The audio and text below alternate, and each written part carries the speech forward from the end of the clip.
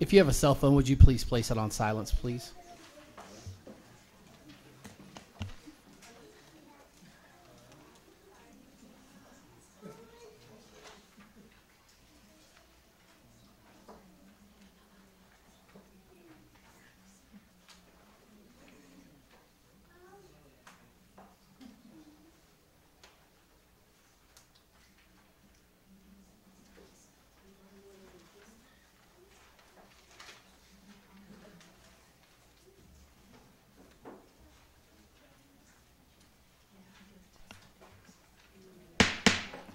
Good evening and welcome to the Coffeyville City Commission meeting for Tuesday, July 24th, 2018.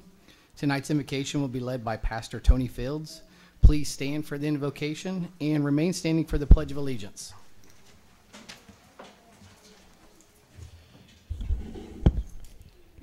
Good evening. I am Pastor Tony Fields. I am the new pastor over at St. Paul's Lutheran Church on 9th and Spruce. Glad to see all of you here. Thank you for this opportunity, Mr. Mayor and Commission.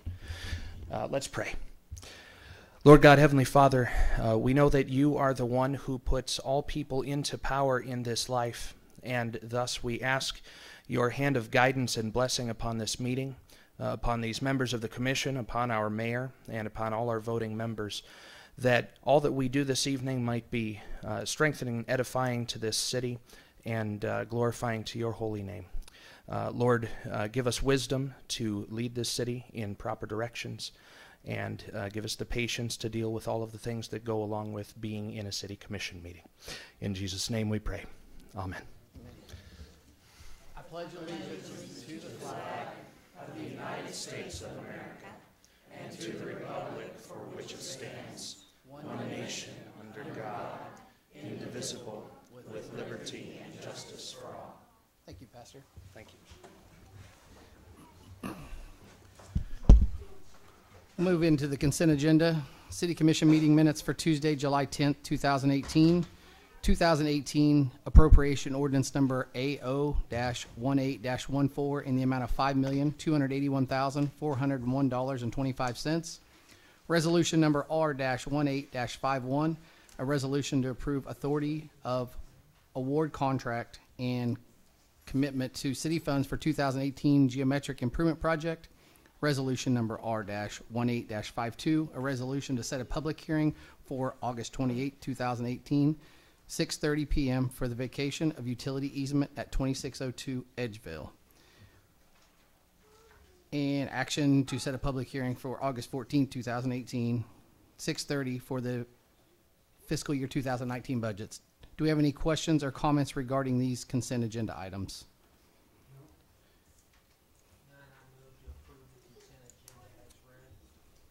Second.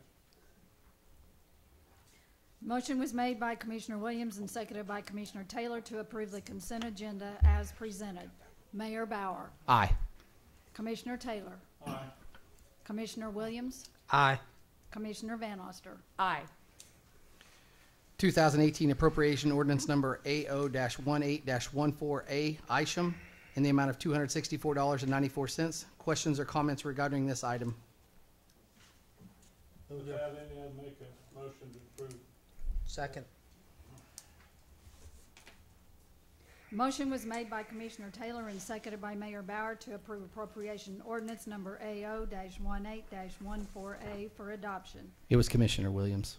Williams. Second. Commissioner Taylor. Aye. Commissioner Williams. Aye. Commissioner Van Oster. Abstain. Mayor Bauer. Aye. At this time, we are going to move out of order a little bit. We're going to move into new business since we have quite the group here, and I think that hey, it may take a little bit to get through the first two items on our agenda tonight. So at this time, we'll move into new business. We'll move into resolution number R-18-53, a resolution to allocate fiscal year 2018 local alcoholic liquor funds. Interim City Manager Mike Shook will make comments. Mayor, Commissioners, good evening.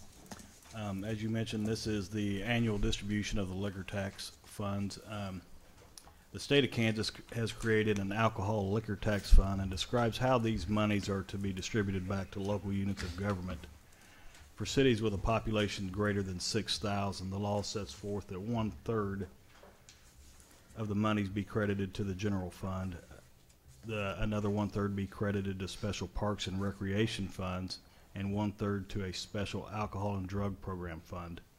Monies in the special alcohol and drug program funds shall be expended only for the purchase, establishment, maintenance, or expansion of services or programs whose principal purpose is alcoholism, drug abuse prevention, education, alcohol and drug detoxification, intervention in alcohol and drug abuse, and or treatment of persons who are alcoholics or drug abusers or are in danger of becoming alcoholics or drug abusers.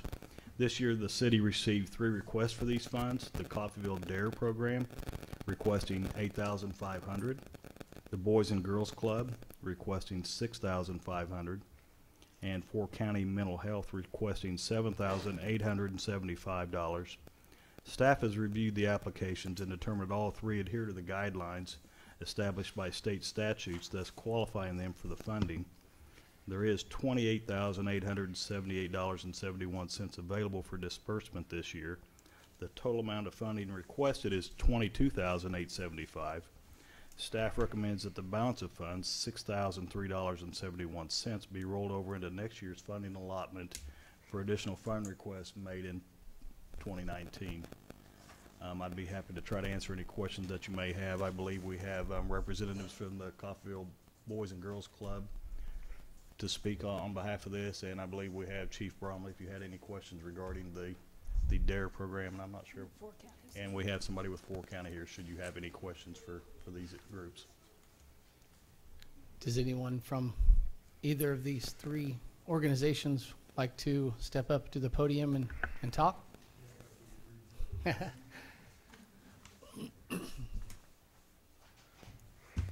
I want to say thank you to this partnership and a lot in the Boys and Girls Club, the financial support through our Smart Moves program. Through this partnership, the highlights of this is we've been able to work with a lobbyist out of the state of Kansas, which has allowed us to bring in job creation.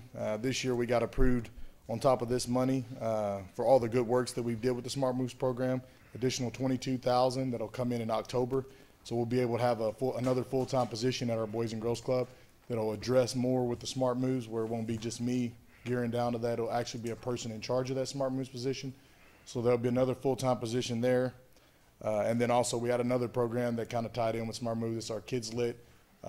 That's another program from the state of Kansas. We got approved yesterday for a $97,000 grant, which will add another full-time position and benefits at the Boys and Girls Club as well. And that program's focused more around literacy and the academics components that we provide for our kids. Another thing I'd like to say is our Boys and Girls Club this year is focusing on no memory loss. We're going to pre and post test our kids in all areas, whether it be Smart Moves, whether it be literacy, whether it be math. We've met with each teacher group. We started with 5th grade this year, and we met with each teacher and we said, what 2 skills are kids struggling with most? And they said math. In math, it was multiplication, division with our 5th grade class. And then we purchased materials that was with math, with division and multiplication. And from there, we gave the kids a pre-test, and then we also gave the kids a post-test, and we were able to show that there was no memory loss in our areas that we were working with those students. And then we're able to be qualified for more grants across the state of Kansas. So working with the school district and our close partnership, it's really important that we don't try to outdo the school district, but what we try to do is aid the school district. And so if anybody asks, I would ask each representative to say, you know, the focus of our club is no memory loss. We're not trying to make kids brainiac, but we're focusing on making kids feel better when they're in the classroom at the new beginning of the year and then at the end of the year. So that's one thing. The club also, this year we've added in KBI fingerprints. You'll see that additional funding that was requested. It was $500 there. I've contacted the Coffeyville Police Department, and they do fingerprinting. From the new 2 grants that we got, KDHE is making us do fingerprinting with all our staff. So that's going to be a different process when we hire staff members. It's a 15-day process there where you send the information off to the state, and then they do that background check on our employees, and then they send it back. So I think, you know, knowing that's been added into the budget, that's something important when you're doing background checks on people that's going to be working with your most prized investment, and that's your children. Any other questions? Really, the only thing I have to say is I think the Boys and Girls Club are a great asset to the city. I've seen it grow through the years, and what you're doing is a phenomenal thing for the kids and the opportunities that they have compared to what they had. Yes. So, good job. Keep up the good work. Thank you, sir. We have token appreciation for the city when they let us utilize their facilities and things that you guys do for these kids. The parents, we're starting to build a parent support group from our board that we have now that created. We're going to have parent meetings and discuss the topics and things that the kids are experiencing in town and in community. But I kind of just want to show you a broad variety of kids that we serve. And a lot of people say it's just poor kids, it's just Coffeyville kids. But as you'll see from today, from this presentation that we'll have, you'll be able to tell the number of kids we work with, and from the families that it's all kids. And that's our goal at the Boys and Girls Club now, is to serve all kids. So, Jesus, if you'd like to come up and send your kids up with their names. I was gonna mention something real quick, Yes. Griffin. I had an opportunity to go through the 3 facilities a couple weeks ago, Yes, sir. and I was very impressed. Didn't realize what all was going on there. I had in my head that the Boys and Girls Club was this little building right here, and they just played all day. Yes. You know, boxed and whatever, like when we were kids. But anyway, you know, it was very impressive. Christy Reedy Yes. was one of them. Susie Sprague was there. Several people were walking us through the thing. I was very impressed with the education they got and the value that was there for the families and the children. Good value. So we're lucky to have it. I'll just say that. Thank you. Thank you, sir. Thanks for coming. Yeah. Yep.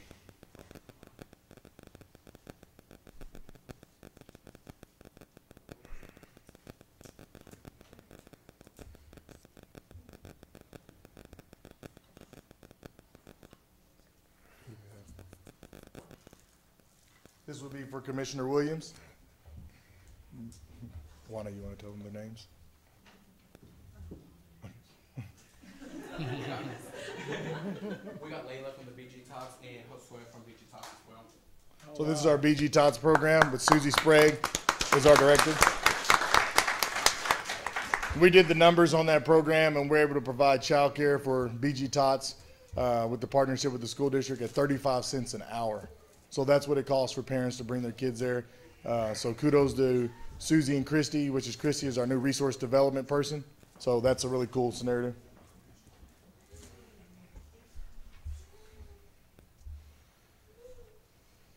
We have Commissioner Van Oster, your name?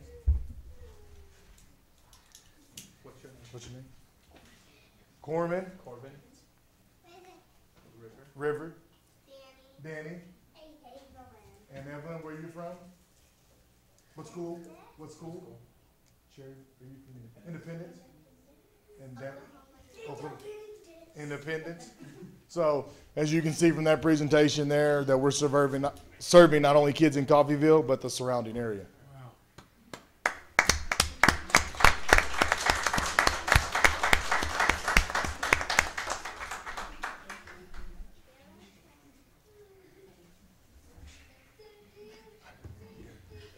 Get you River.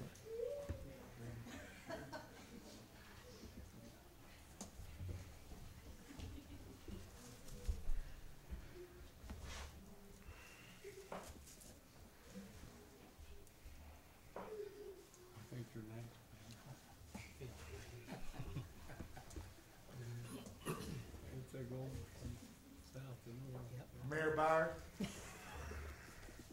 I thought it might be next on the list. Where are you from, sir? What school? BG Tots? BG Tots. What school?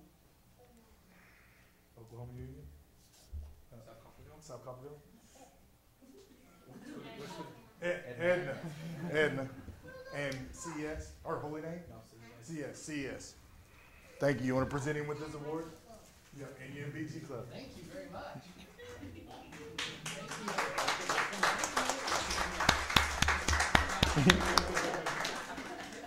And last, as you see.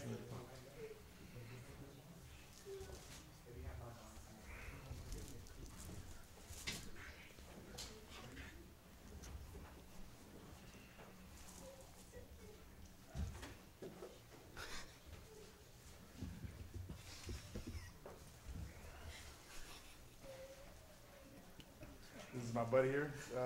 We are for Junior, this is for Taylor Junior here, Commissioner. You want to present him, tell him where you're from? Colt, nice to meet you. Nice to see you. I'll have to get that out of your hand. What's this? What's your name? Addie, shake his hand. Nice to see you, Addie. Coffeyville, okay, all right. All right, nice to meet you. What's your name? Drake. Nice to meet you, Jay. JC, Oklahoma Union, that's nice, thank you, Thank you. very nice.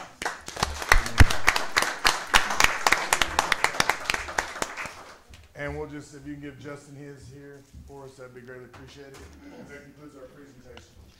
Thank you very much, Griff. That was very good.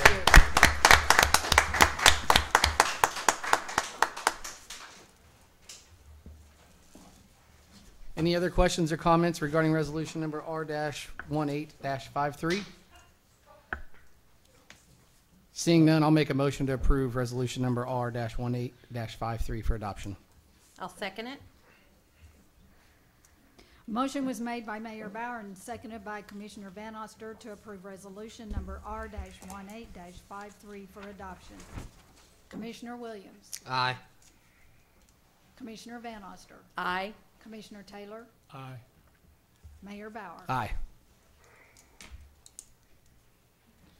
So now we'll regress back into our regular agenda items, public hearing, special presentation, and proclamations. The 2017 audit report from Jared, Gilmore, and Phillips CPA. Meta title, Jared, Gilmore, and Phillips will review 2017 audit. Thank you, everyone. Just hold off a couple minutes here. Yeah.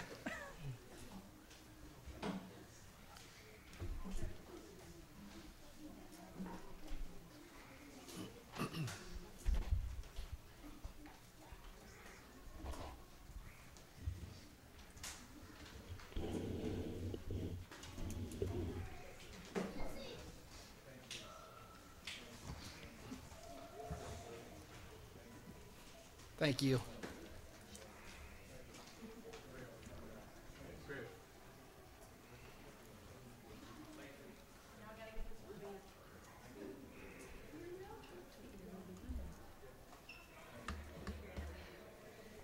That's a tough act to follow. Well, that's what I was gonna say, yes. Audit report is maybe not too exciting anyway, and now I have to follow that. All right, well, as you said, my name is Maida Tittle, and I'm from Jared, Gilmore, and Phillips. I didn't actually work on your audit, but I'm here to fill in for Neil Phillips, who did work on the audit, and he had to be out of town, so hopefully we can get through this, and if you don't have too many detailed questions, I should be able to answer. If you do, we'll either rely on Stephanie, or I'll get you the answers and get back with you. So, Very good. all right. There are some loose letters in the front, and we'll just wait on those until last. So if you go over to page 1, this is the independent auditor's report. And you may see that it's broke down into sections by the headings on the paragraphs. First of all, we say we've audited the financial statements as of December 31st, 2017 for the city. And then it talks about management's responsibility. So the commission and your employees make up management. So you're responsible for the presentation of the financial statements in accordance with the Kansas Municipal Audit and Accounting Guide. And you're also responsible for the design and implementation of internal control over the preparation. Then the auditor's responsibility is to give you an opinion on those financial statements. Next paragraph tells you a little bit about what an audit includes, and then we go on to say that we do believe that we've obtained enough audit evidence to be able to give you an opinion on the financial statements. The next couple paragraphs talk about an adverse opinion on U.S. Generally Accepted Accounting Principles, otherwise known as GAAP. Because your financial statements are not in accordance with GAAP, but KMAG instead, we have to give the adverse opinion, first of all, And then over on page 2, second paragraph is an unmodified opinion on regulatory basis of accounting. So in our opinion, the financial statement referred to above presents fairly in all material respects the aggregate cash and unencumbered cash balance of the city as of December 31st, 2017, and the aggregate receipts and expenditures of the year then ended in accordance with the financial reporting provisions of the Kansas Municipal Audit and Accounting Guide. Kind of the whole point of the whole audit, that paragraph there is our opinion that we do feel it's fairly presented. And then we go on to talk about supplementary information. That we do audit it in the same manner as the financial statement itself, and we do feel that it's fairly presented. The next paragraph talks about the prior year information. So when we get towards the last half of this booklet, you'll have the individual funds, and in those pages, you'll have information on the prior year for the numbers and things. So this doesn't include all the information that was in the 2016 audit, but it does have partial numbers. So this paragraph, right in the middle there, it gives you a website address. It's for the Kansas Department of Administration. And you could go to that website and you could look at your whole 16 audit. You could look at almost any city's audit for a number of years, and other municipalities in Kansas.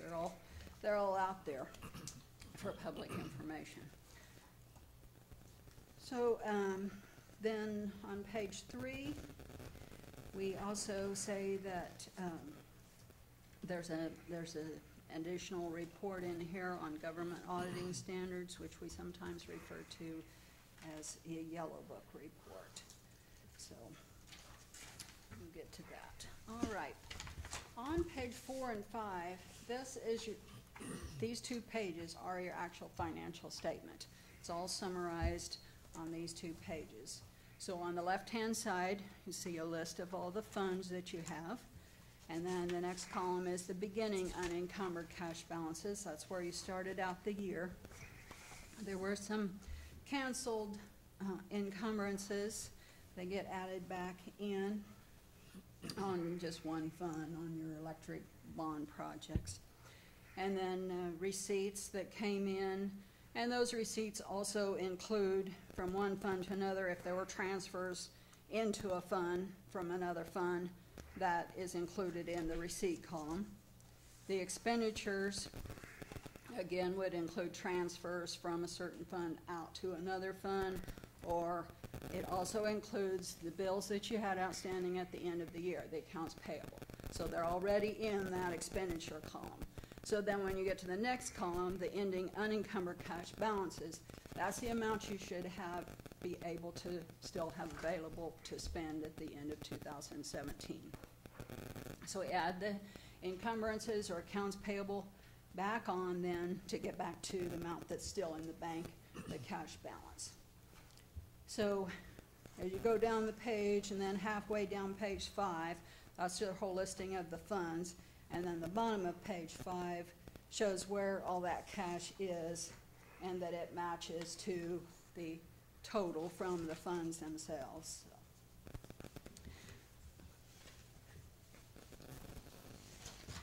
All right, going on to page 6. These are your footnotes for the financial statements. And I'm not going to read them all to you, but I'll try to point out maybe ones that have specific information for the year. So let's go. Well, first of all, the bottom of page 9, compliance with Kansas statutes. Statement 1 and Schedule 1 show that the city was in compliance with both cash basis and budget laws, so no problems there. Page 10 talks about your bond covenants and how much you're required to have on all the various bonds in reserve account, and how much you actually have. So you have 2 funds where there's money in that takes care of that. So at the end of December, you had more than enough to probably more than half, twice as much as what you were required to have at that point. Page 11 talks a little bit about your investments on footnote number 3. Money markets, some federal agency bonds, and the Kansas investment pool. Then going on over to page 12, the third paragraph from the bottom tells you again how much money you had on the books was $28 million, and the bank balance was just slightly over that due to usually outstanding checks, and that all your money was in one bank, and that $279,996 was covered by FDIC insurance, and another almost $28 million had pledged securities covering them by the bank. So you were fully secured at the end of the year. And then the next paragraph again talks a little bit about the state municipal investment pool. Page 13 through 15, this is about your long-term debt. So page 13 gives you a summary of what debt you have, what the original amount was, how the final maturity, the beginning of the year balance, payments during the year, additions. There was one addition at the very bottom for the fire truck, capital lease. And then, so how much you paid on each of those and the balance at the end of the year, and then the interest. Then the next 2 pages break that down into how much you're going to have to pay each year for the next 5 years, and 5-year increments after that between principal and interest.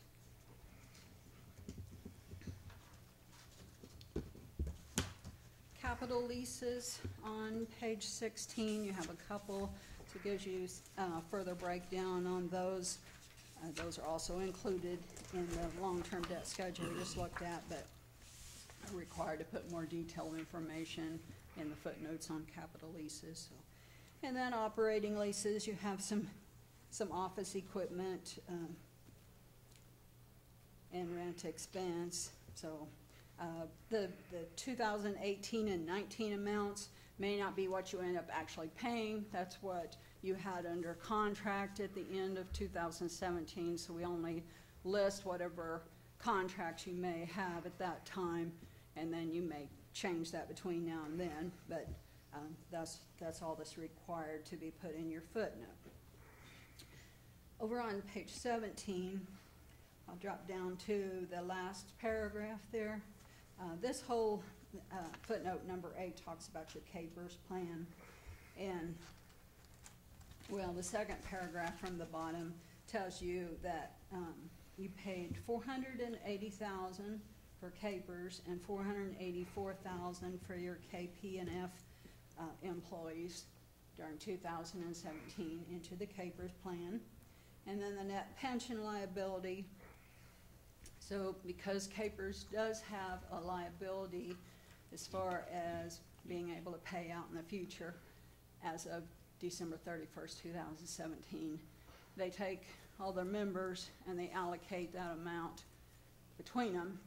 And so this is the amount that's listed for you. It's a little over $4 million for both CAPERS and another 48 for KP&F. It's just required to be put in the footnote, and it's going to change every year for one reason or another. They make assumptions. It's an estimate. It's based on a whole lot of things, like how the market does on their investments and how much money they collect from their employees. So that's kind of a floating amount. It's definitely an estimate, but gives you maybe some idea. And hopefully CAPERS will get things turned around, and one of these days maybe there won't be a liability there. So.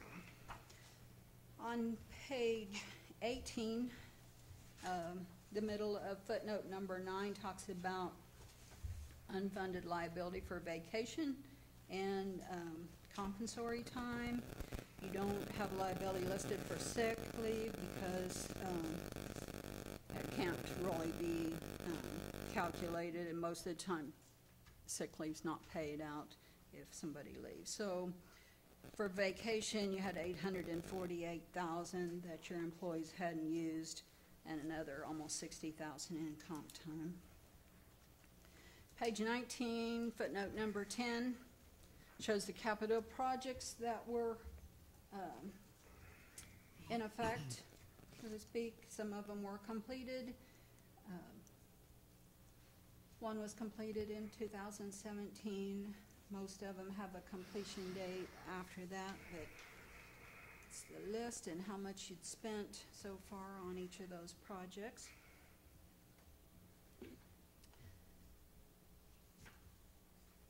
Footnote number 12, I point out you collected 64.28% of your electric utility revenues from Coffeyville Resources. So it's a pretty good percentage on that. Page 20, footnote number 15, and then it continues over on page 21. Those are the transfers that were made from one fund to another. List, just so you can see that.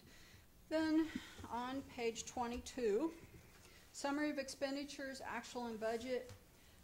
What this schedule does is show you what you had budgeted for each fund that was a budgeted fund and how much you actually spent, and then the last column shows whether you were over or under. And we already talked about that you were under budget on all your funds. So these parentheses show that you were under spend on all of that. So that's a good thing. Then I'm not going to go through all your funds with you. I'm sure you don't need that. But just to give you an idea and make sure you understand how this is set up, on page 23 for the general fund, you'll see, first of all, on the left-hand side, the list of receipts and expenditures. Then the prior year actual, that's 2016 numbers, so that you, and then the actual is the 2017. So you can kind of compare then between the 2 years. The budget is what you had budgeted for 2017, and then the variance over and under is the difference between the actual and the budgeted amount. Not that it's important as far as the auditors are concerned, line per line, and but it might be information that you are interested in, especially when you're doing your next year's budget and everything, to be able to know how much was spent for each type of expense or revenue. And then when you get down to the bottom of page 25, then you can see what your total expenditures were, the receipts over and under expenditures, profit and loss, and then where you started the beginning of the year with unencumbered cash and where you ended the year. So you were 110,000 to the good on the general fund in 2017.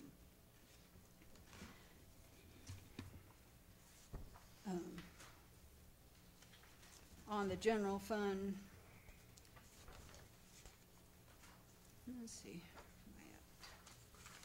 okay, on on page 23 at the very top for taxes and receipts for your Avalon property tax, you collected about $350,000 less than you budgeted, but keep in mind that part of that is because the taxes were being reduced for the lawsuit that was settled.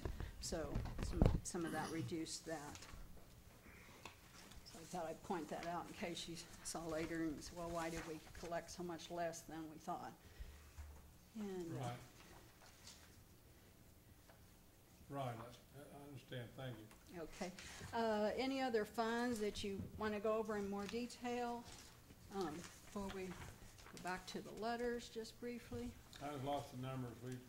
Yeah, takes a Some of while this to the go other day through those. If, I don't have any questions. Stephanie, do you have anything to add, or, I mean, you're here.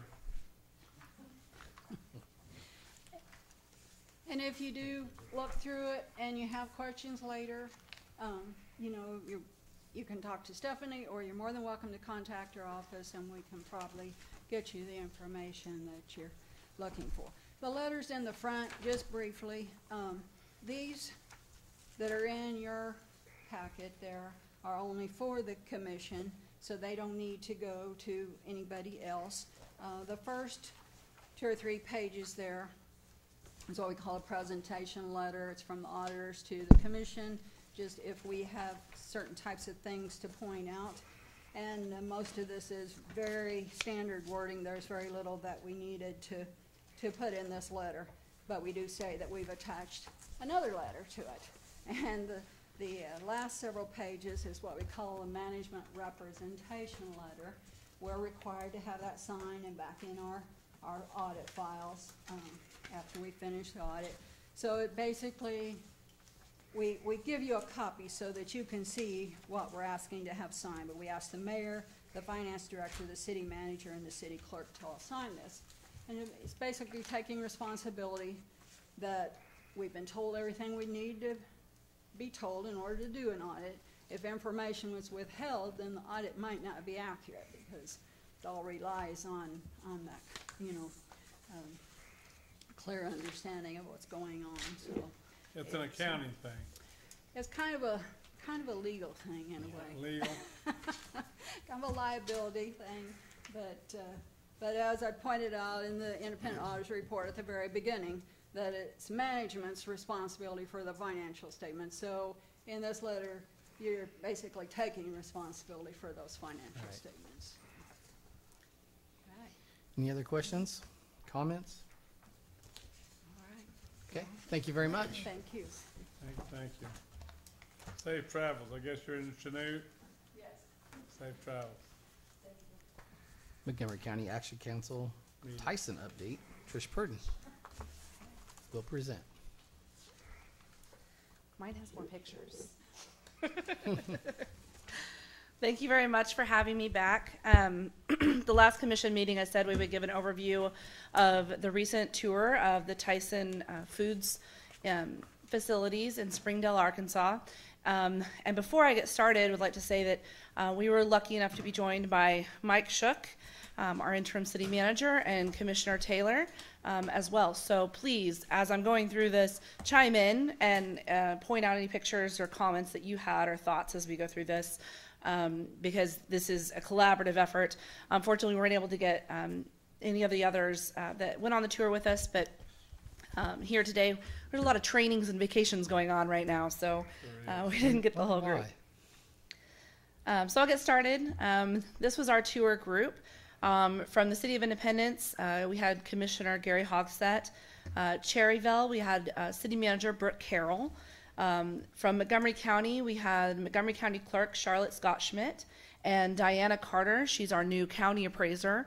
We thought that was especially beneficial since we'll be looking at a lot of new buildings, hopefully, in our county. So kind of get a jump start on what that would look like. So there'll be a hatchery, a feed mill, a production facility, and then 400 barns.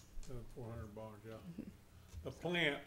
The plant consists of the hatchery and the production building, or what do you call it? Well, the plant is just one large building. The hatchery almost looked like an office building, if you remember right. That's where we went for breakfast. So no, we did not have eggs at the for breakfast at the hatchery. We don't have R&D here. It's over there. Right. So the research and development facility. An overview of the complex. I'll go through each building that we visited.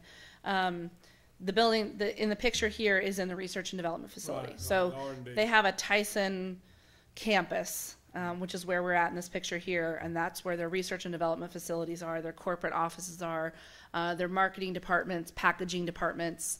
They had 2,600 employees on that campus.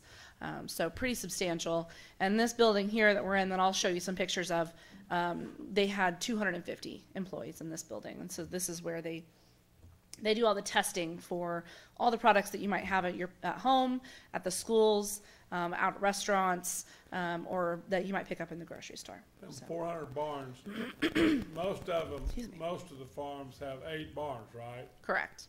So you take 400 divided by 8, or some of them are 4. Yeah, they can come in increments of 2. So Okay. any increments of 2, up to 8 barns, really, and 8 barns is Tyson's goal for their maximum. They really don't encourage more than that for a group. Biosecurity, because of avian bird flu, they really want to limit the exposure. But I'll get into some of that when we get to the barn section. But Sure.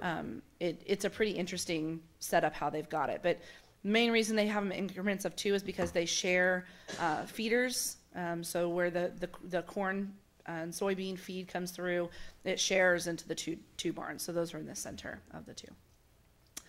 We're also joined from Craig Correll from the school district, Candy Westbrook from the chamber, Mike O'Malley, who's the MAC president of our board of directors, Ryan Thompson represented Coffeyville Industries, then myself and Lisa Keene, we've hired on as contract work to do some marketing efforts for us.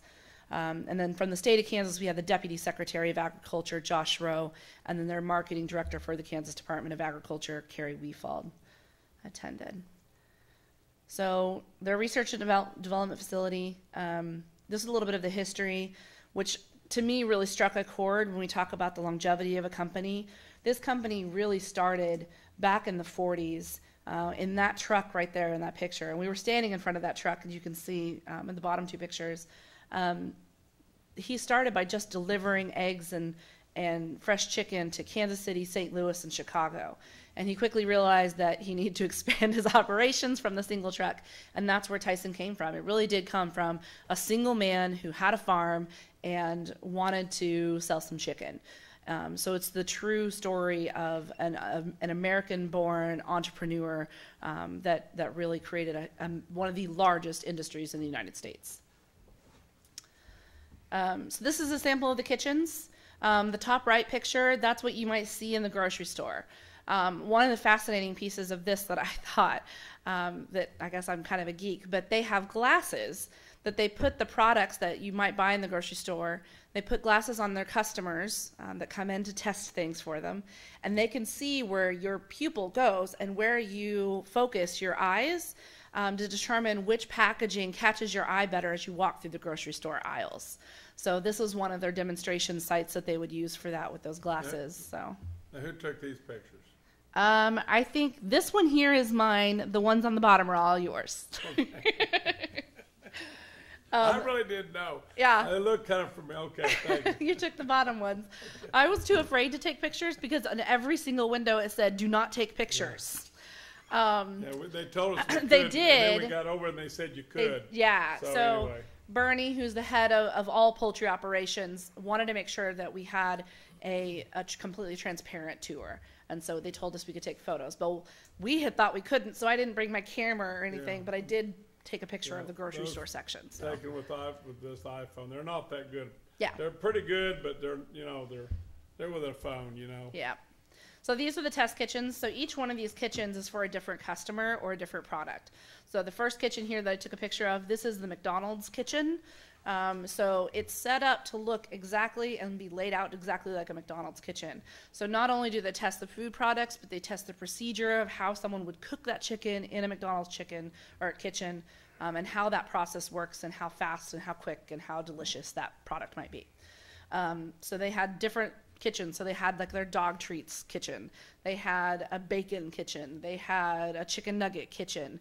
And then they had a large room, which they wouldn't even let us peek through the doors, which was their very top secret room, which is where they tested new products for their customers. So when McDonald's might be rolling out a new type of McRib, that's where they tested that. So that was really interesting. And they said that we were asking them how many people does it take to make a single chicken nugget, and it takes hundreds of employees to come up with one chicken nugget, because not only do you think of the farmers and the workers in the plant, but you think about all the marketing folks that decided what the packaging was going to look like, the chefs that decided what that breading was going to taste like, the seasoning of that chicken, where that chicken's going to come from, how is that chicken going to be cut. It gets pretty intense. So this is their research and development facility here. So like I said, there are about 250 employees there. And then the hatchery, this is a picture of the hatchery. And it just looks like a brick building, almost like a doctor's office, really, from the street. You wouldn't know that it's a hatchery, and it's a giant incubator. So I thought that was really neat. It's in the center of their downtown, surrounded by mansions and big industry alike. So it was kind of interesting. Eggs, these are all the eggs as they come in off of the truck directly from the farms. So each one of those racks has about 100, this section here has about 100,000 eggs on it. Some different pictures. So here's us on the tour. They said this is very empty. Usually it's wall-to-wall eggs.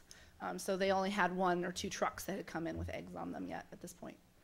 So this is an up-close picture of the eggs themselves. Let's see. So these white brackets that you see each of these eggs on, they're connected with airflow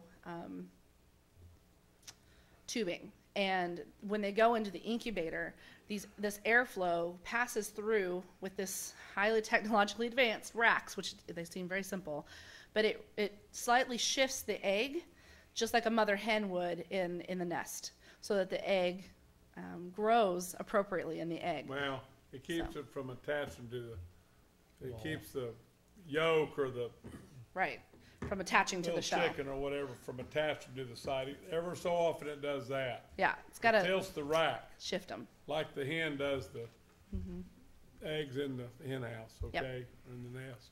I thought that was really neat that they use air. So no one ever touches these eggs. They stay in these racks. They go through the system. They stay in the incubator, which is these next pictures. More pictures of the eggs. Lots of eggs. These are the incubators. It just looked like a room full of bank vaults. It was kind of interesting.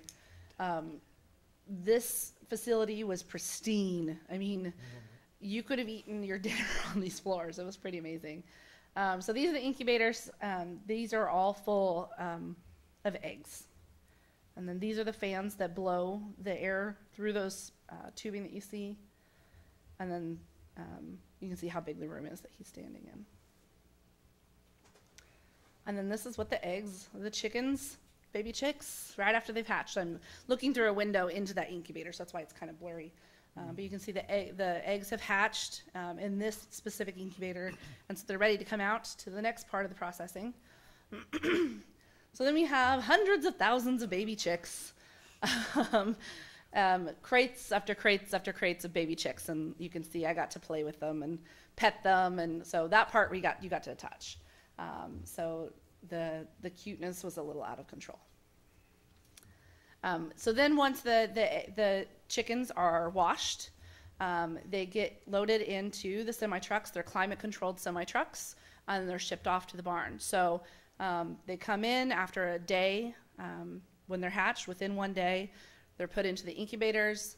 They incubate for a few days, and then they're out within an hour or so of being hatched. So pretty fast process. And that's me and Bernie up there on the right. And those are the chickens going into the chicks going into the Yep, trailer. headed to the farmers. They head to the farm. Mm-hmm. And then once that's done, they sanitize everything. They are all about sanitation. Everywhere you go, it was like humid central in certain places because they steam cleaned everything. So I thought that was one key point that someone brought up recently is the water use that they use for this facility. It's mostly for stuff like this, sanitizing all their equipment and machinery. So the water goes in, it's used, it's cleaned, and it goes right back out. So entry and exit point, it's in and out pretty much. So it's not like they're consuming all 2 million gallons in the process. It actually comes right back out after it's cleaned by the city or whatever wastewater treatment plant ends up going out there. So this is the farm. This is what our farm would look like if it were to be in Montgomery County. These barns are 1 year old. They've had 4 or 5 flocks already through them, and then they were cleaned out, and then they had 1 flock in them when we went in. So they were on their second flock when we got to see them. They were still baby chicks. So this is what it would look like if you were to roll up on a farm in Montgomery County that was raising chickens. So this is an 8-barn setup. You can see the ventilation at the end. And so we were standing just outside of this. It was about 102 degrees. So those fans were blowing at full speed, trying to keep those barns cool. And I couldn't smell anything. I think I smelled the cows in the pasture next door. And I kind of smelled a faint scent of corn or something that smelled like a pasture. All I smelled, Trish, was just the chicken feed. There Yeah. was really no smell to it other than the chicken feed. Yeah, it smelled like you're standing in a pasture. So I thought that was nice to see and smell. So this is us, our full team. These are our biohazard suits, and really they're just flimsy protection from the chickens from us, is what that's for. It's to protect the chickens from any contamination that could come in on our clothes or on our shoes. We had to wear plastic boots over our shoes, and that's so you don't bring in like duck litter in there and it contaminates the birds with some sort of avian bird flu or something like that. So it's a pretty secure system for the birds. And along here on the left are just different angles of the barns. You can see the cooling cells to keep the barns cold. Just works like a swamp cooler that your grandma might have. Some more pictures of what the barns look like. They're very close together, about 25 feet together, so they're very condensed. And then the production technology. So this is the one place we weren't allowed to take any photos at all. And some of that is because of sanitary purposes. They don't want your dirty cell phone out in the middle of a place where there's raw chicken. So we weren't allowed to take our cell phones in. But we did find a customer of theirs that produces the equipment that's used in the facility. So I thought you might want to see what this could look like if it was here, because this is the same equipment we saw. Yes, you said jump in there once in a while. I'm gonna Yeah. back up to Yes. the barns. There was one guy that worked at those 8 barns. Yes, yep, one person. Just one person, the farmer, or if he's got a hired hand, but just one guy is all it takes to run that barn. It's all run on an app, like a computer system this big running all 8 barns. And it has a monitor for every single fan, every couple feet along bird height throughout that thing to make sure the temperature is absolutely perfect to 1/10 of a degree for those birds. It was pretty amazing. All right, let's see if it'll play, hopefully. So this is their x-ray machine. So your boneless, skinless chicken breasts have to be x-rayed to make sure there's no bones in them so you don't choke. So this is the machine that they were using. This is one of my favorite parts of the entire tour, actually. So this is what a production facility would look like. This isn't ours. No, it's not. This is the equipment manufacturer that makes the equipment that Tyson uses in their plant. You might recognize that blue conveyor system. It looks the same. Yep. So this is the chicken breasts as they go through, and they're x-rayed, and then if there's a bone in one of those breasts, after it goes through, it's examined, and then it drops down onto another conveyor and then sends it directly to a person.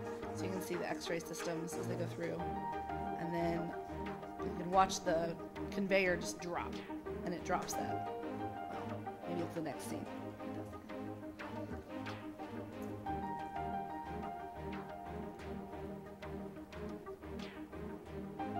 There it goes. So then that goes to a person who then removes the bone and then puts it back on the conveyor to be checked again. They also have USDA inspectors that stand there as the chickens are very first come in, they're very first slaughtered. They monitor and they check every single chicken before it goes through the processing. And then when it's finished, USDA inspectors are there again inspecting the chicken before it goes into the semi-trucks. So it's heavily regulated by the federal government. You probably don't need to see their sales pitch, but you got to kind of see what that would look like. Nice. It's pretty technologically advanced. And then the last bit was the big meeting with the Tyson executives that we had. But one thing I wanted to point out was the longevity of their employees. Most of the employees we talked to worked there for 20 plus years. The people in this room, they had a couple plant managers, a couple of fresh chicken, poultry managers out in that plant that specifically worked in the plant here, and they'd worked there for 20+ years, 35 years, 30 years. So I was kind of joking that was Josh Rowe's impressed face, because even the Deputy Secretary of Agriculture had never seen a live chicken production facility. So even the state was pretty impressed with what this was looking like. So lastly, questions. This is our new Tyson logo, so you might see that on some of the new packaging they'll be rolling out this year. The picture on the right is their original Tyson headquarters sign that they had outside their brick downtown building. And that wood behind the Tyson logo is actually the hardwood floor that was underneath Don Tyson's desk, which is the gentleman there on the bottom left. So the original chicken farmer. So any questions? Nope. Good presentation.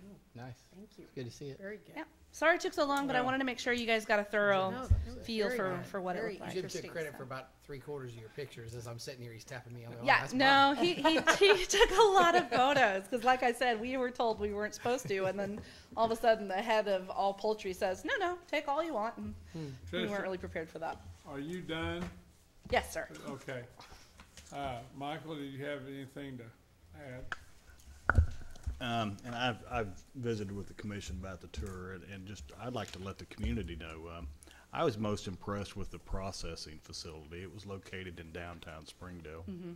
You wouldn't have known that it was a poultry processing facility other than the Tyson sign out front. But I mean, there was a neighborhood across on one side, a bank at the across the street on another side. There was neighborhoods.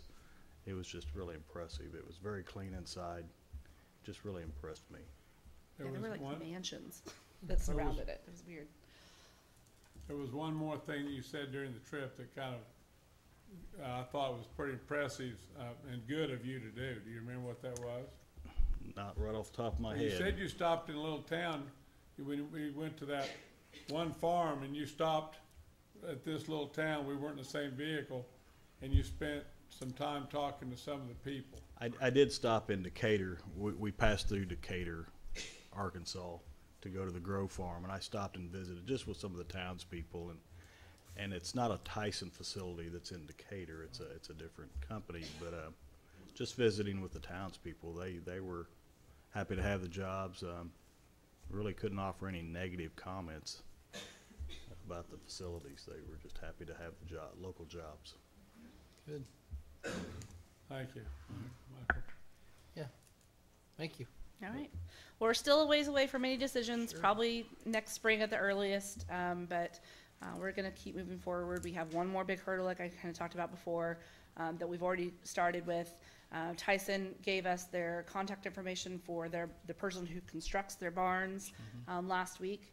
And so we're working with them and Live Oak Bank to really create a pro forma for what our farmers would look like. And we have a couple of farmers who volunteered their farms to use as prototypes for what it would cost to run water to their farm and the different alternatives we could have. So we're working on that. Hopefully we'll have that done in the next month or so and start presenting to Tyson again. I got one more thing to add. Yeah. The guy that sat on the end on my left side there that did most of the talking at the big table, what was his name again? Ted Burnett. Ted Burnett. He's going to be our decision maker. Right. Him and Bernie. Bernie's head of poultry operations. Ted's in charge of all the engineering. So he's going to decide how and when and what kind of plant is built. Well, So he's the one who's been could visiting tell- our town quite a bit. You could tell Ted was, large and in charge. Nice guy. He attended one of our Montgomery County Action Council meetings and was a, great guy, been there forever. Very, very good fella. What I wanted to say, it caught my attention through that whole thing. This company is gonna make an investment of about, 400 million or whatever it is. The farmers make these investments of millions and millions of dollars. Okay? They haven't decided, I picked up from Ted, they're trying to make a decision if they want to make an investment in us too. Okay? It's not just find somebody to take them. Right. Okay? They're trying to make a decision, will they get their ROI? Okay? Is, their return on investment? Is it time to expand? I mean, these markets are expanding because people are eating more chicken. Okay? So the market has to support all this. And there's an economic side to it. You know, are they gonna be able to find the people in this area to build the barns or to invest in the barns? They're trying to figure that out. Do we have the water? Do we have the state to support them? You know, it's a big deal, you know, and I already wrote my letter to the editor, and probably everybody or most everybody here in this room knows about it, a lot of you.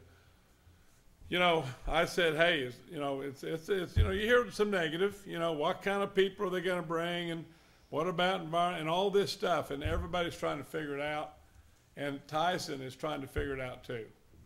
They have to figure out, will this thing make money?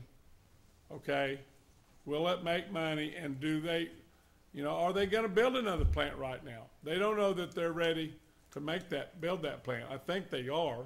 Yeah. But they have all this to figure out. They haven't built a lot of new plants. This is kind of a new deal to them. You know, they're used to buying old plants. And, you know, might be one reason I feel that it'd be good, because they'd have the best equipment.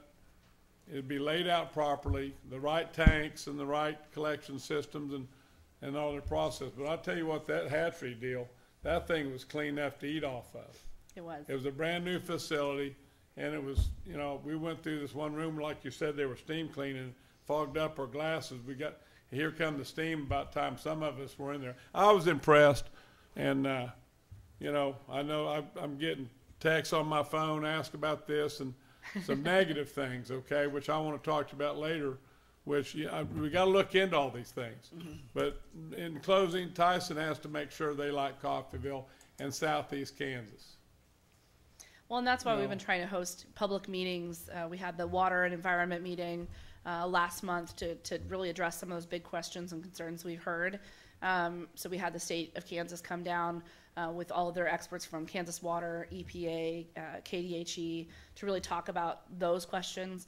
And that won't be the only one we'll do. We'll do several of those over the next few months on the different impacts that might have. So impact on the social, so school districts, housing, the economic impacts. So we'll continue these conversations. Like I said, we've got some time to really learn about this, to continue the dating process that they like to say we're going through right now. So. Isn't most of the public welcome to those? Oh, absolutely. Yeah. You know, I mean, I've learned a lot going to it. There's a lot to learn. You don't learn all of it in one meeting. You don't learn all of it just going over there to the plants. And they did say that if you wanted to tour their plants, you could. Mm-hmm. If somebody cares enough to spend a day and a half, travel, I mean, you know, it's worth it if you want to do it. So anyway, good We're enough. planning Thank on you. organizing more tours too, because I'd really like it if all of you eventually get to see the plant. So we'll go on 2 or 3 more tours to make sure that we get all of you on the commission. The county commissioners, none of them were able to make the last one. They were Fred Brown was getting married, so he gets a pass, as well as the other commissioners. So, you know, we'll have a few more of these tours, so everyone will get a good chance. And if someone really wants to come on the tour with us, just let me know. Now, you're doing this at the Independence City meeting On Thursday. on Thursday, okay? Yeah, so we'll okay. present to Independence, and I'll do the same thing for Caney and Cherryville as well, to make sure all 4 city commissions, and any other groups that want to do the same presentation they didn't get to see on TV or they didn't get to see online. I'm more than happy to come to Rotary clubs, Lion clubs, Ministerial Alliance, just a group of citizens at the coffee shop. I'm more than happy to come and present this information, so. Very good. All right, thank you so Thank much. you. Thank you, Trish, very much. Yes. Moving back into new business, resolution number R-18-54, a resolution to execute change order number 1 for the Coronado Street Sanitary Sewer Replacement Project. Public Works Director, Deputy Director Jim Bradshaw will make comments. I'll get it spit out here in a second. Mayor and Commissioners, the Coronado Sewer Project was awarded based on a unit prices bid, time to engineers' estimated quantities to be completed. This proposed change order modifies the final contract price to reflect the unit prices bid, time to actual quantities installed.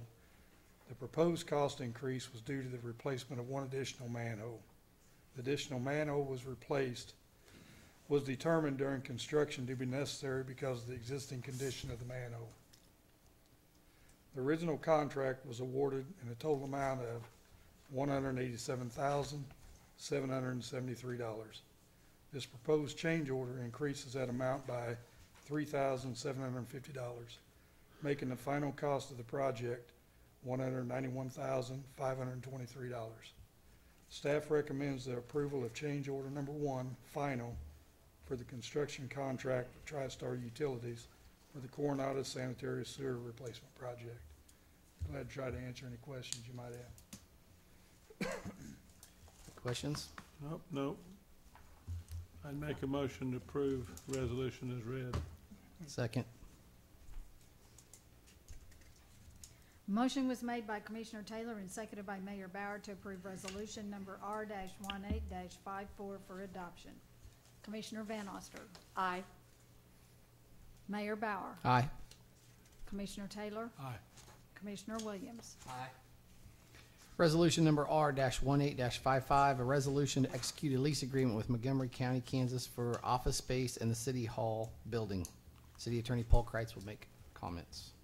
Commissioners, the Montgomery County Children and Families Division recently found itself in need of some office space, and the city happened to have some on the first floor to offer, and seemed like a good fit for both sides. So we're proposing a month-to-month lease arrangement starting as of August 1st for $500 per month. I think the most key part of this lease agreement is paragraph 4, which says that within 6 months the parties would get together, talk about a long-term lease arrangement, including the possibility of building out more portions of the first floor, and hopefully have a more long-term arrangement and even review the rent structure in the future. Mr. Powell is here, Dwayne Powell, who is the director of this division, would probably make some comments if you have any questions of them, but otherwise I think it's just going to move forward if the commission approves. Have any questions? You have any comments you would like to add?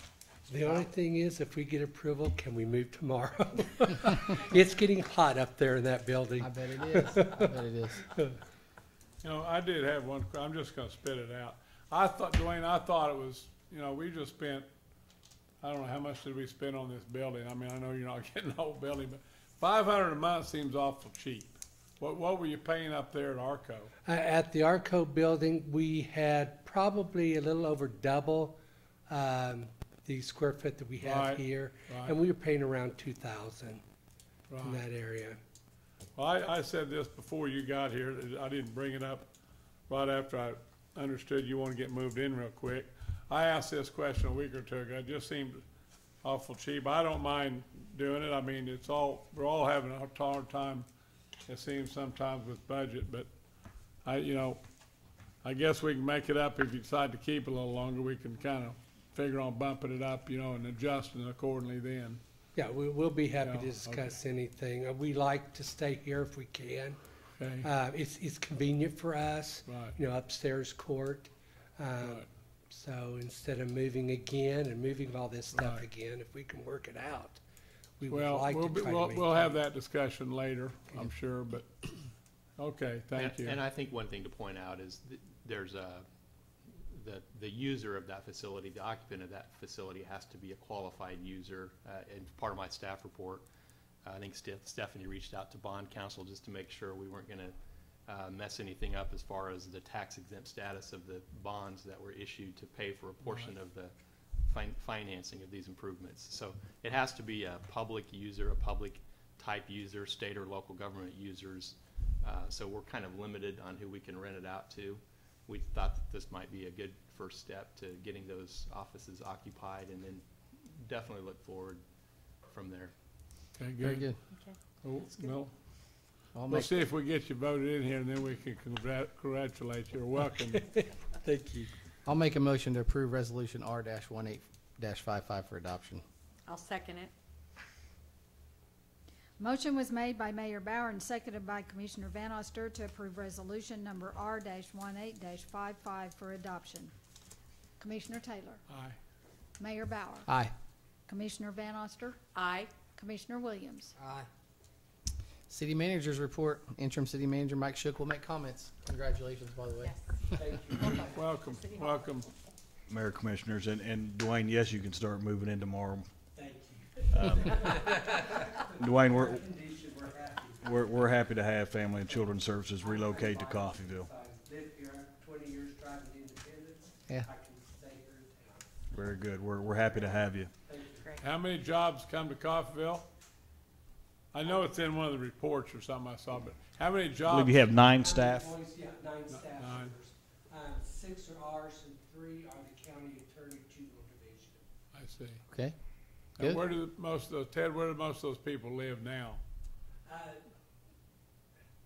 Most of them are Independence, out in the country towards Katy, Cherryville, and then we have Sedan, because we cover Sedan. I see. We can drive from there. Got it. Thank you. Yes, thank you. And on this note, Commission, I'd like to mention that the city, myself on 3 occasions, I know Cindy at least once, if not twice, and Kendall before me, reached out to the Kansas Department of Revenue Division of Driver's License and to offer them space as well, and they just really have no intent to relocate to Coffeyville, and I believe their plan is to remain in Independence. But we've had a lot of social media questions asked, why we haven't reached out to them, and I just want to assure the public that we have reached out to them. They just had no intent to come to Coffeyville. Now, on the utilities on it, so I guess this kind of slipped the utilities on it. Do we pay the utilities? It's all inclusive. Okay, thank you. Moving forward, I'd like to thank the commission and staff for all their efforts and hard work on the budget this year. We had a marathon budget meeting here last Tuesday. I believe it's till 10:30 at night, so thank you, Commission, for putting any hours and reviewing the budget. Staff put in a lot of work to work this budget in light of the recent decline in sales tax and property tax and franchise fees that the city receives. But we believe we presented a budget that is manageable and allowing the city to continue to provide excellent services to our community and our citizens. The next item I'd like to announce is that the city is hosting this year the Kansas Municipal Utility Substation Workshop. This is the first time in 30-plus years that I can recall that Coffeyville's been able to host a KMU event. So we're going to have municipal electric employees from 3 states, probably 30 different cities, attending a 3-day workshop. We're going to hold it out here at the Ron Stevenson building. So we're excited, and that starts actually tomorrow and runs through Friday. That's all my report for this evening. Very good. Thanks. Interesting to know. Thank you. This time we'll take comments from the public. The public is free to comment on items not listed on the agenda. Please address comments to the commission as a body and be mindful of others who may also wish to speak by limiting your comments to 3 minutes.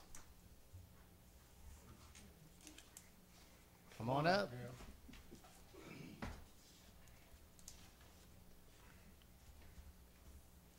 We don't have any money for next year quite yet for you. I'm not here to ask for money yet. Mayor Bauer, Commissioners, Andy, Mike, and I we just feel the need to come in every year and thank you for letting us use the park for a day. We thought this year we had a really record event out there. Started off with a car show, and we had a lot of vendors. Don't know what the count was, but had a really good day. The day was beautiful. The night was even more beautiful. Our little kids' car cruise that Mike came up with, and had about 20-some cars, and everybody just got a kick out of that. The 2 bands we had out there, the Retro Rockers and Backroads Band, put on what I thought was a exceptional concert, and I've already invited him back next year. Anyway, the fireworks show was always good. We thought it was a little bigger than it was last year. Kind of coordinated with the Star Spangled Banner and everything. It worked out really good. And I don't think you could have put another car in that park. It was just amazing how many cars was in the park and all the surrounding parking lots and stuff. I have to agree. And the people walking around during the music show. I don't think you could put another person in the, underneath the trees or in the park, you know, right there in front of the music show. It was the biggest that I've ever seen. You know, just want to also thank all the businesses in the community. They really came together with us this year. We gave a ton of stuff away out there that they donated. The monies that we got, we spent every dime of it, whether it be for gift cards or purchasing something to give away, or the bands, and you know, I had to pay for the stages and all this kind of thing. But everything that we pulled in, we spent. And the other thing is, I hired a fellow named Travis White. Now, well, you've seen the drone out there if you were out there. But for $500, he took a lot of footage, and he's keeping in touch with me, and he's going to send a lot of the footage on like a zip to me. And we've got a Facebook page, and we've also got the website. And at any time you can visit the Facebook Caulfield Summer Celebration or the website Caulfield Summer Celebration. You know, I think my wife and maybe Brandy and anywhere, we're going to try to get it all on this website, you know, of the whole day. Good. I don't know if Mike has anything to say, but personally, thank you. The grounds were beautiful. Thanks to all the departments that were out there. You know, the guys absolutely had the grounds groomed like they always do, and the electric department and the water department that came out and, you know, kind of got things, especially the electric department. We had some trouble with electric out there, but they came out and fixed it. So thanks again. Thank you, guys. Well, and Thank I think, you. And I think we should thank you Yes. for, and everyone that helped. You know, I'm sure there's countless people that it takes to, I mean, it's One way other more than just thing. 3 guys putting on a show. It takes a lot of people, as you mentioned, the Well, it city of takes a lot Coffeyville, of, and a lot of footwork volunteers and time. A lot of footwork and a lot of phone calls. Yes, a lot of But, time and effort put in there. So great but, you job. know, Another successful year. There was one thing. I talked to a buddy of mine. They sat out there and was watching the fireworks, but these people pulled in just off the street and wondered, you know, kind of wondered what was going on. And the greatest. It's not very often you get 4 finales in one Yeah. show. Yeah. That's what we kind of called it. You know, he asked me what I wanted this year, and I said a minefield. And that's what he had out there, you know. And about 32 minutes of a finale. That's, you know, I thought that was pretty cool. So. That was great. Right. Next year will be better. It's our 150th. 150th year, yeah. Birthday, Caulfield so- birthday. We're going to try to plan something Yes. bigger, with your blessing, I guess. So, The Saturday after the 4th? Will I that think be the 6th, I believe. July is what it 6th? is. Okay. We're getting Thank you closer to the again. 4th of July. Yeah. Mark. And we're going to figure out what we're going to do for the 4th. I don't know if it falls on a Saturday, whether we have it the next or not. That was the way I used to do it, because we weren't competing with people going out of town, the lakes, and this kind of thing. So, yeah, we'll just see when it gets here, I guess. Okay. Thank you very much. Thank made you. The town, a lot of people very happy and gave them a big thrill on Saturday. And Well, they it's just- just love it. You know, the community, the businesses came together so well. I mean, you know, if you look at all the marquees from the chamber and the banks clear out to Equity, you know, all they had to do is walk in and say, hey, can you help us out? And boom, you know, they had it on their colleges, you know, every year. They've just been really good about putting, you know, getting it on there. And that spot right there sitting at that light, you know, that really advertises a lot of people. Cool. Good.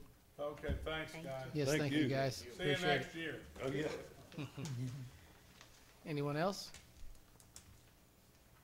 This time we'll take comments from commissioners and staff.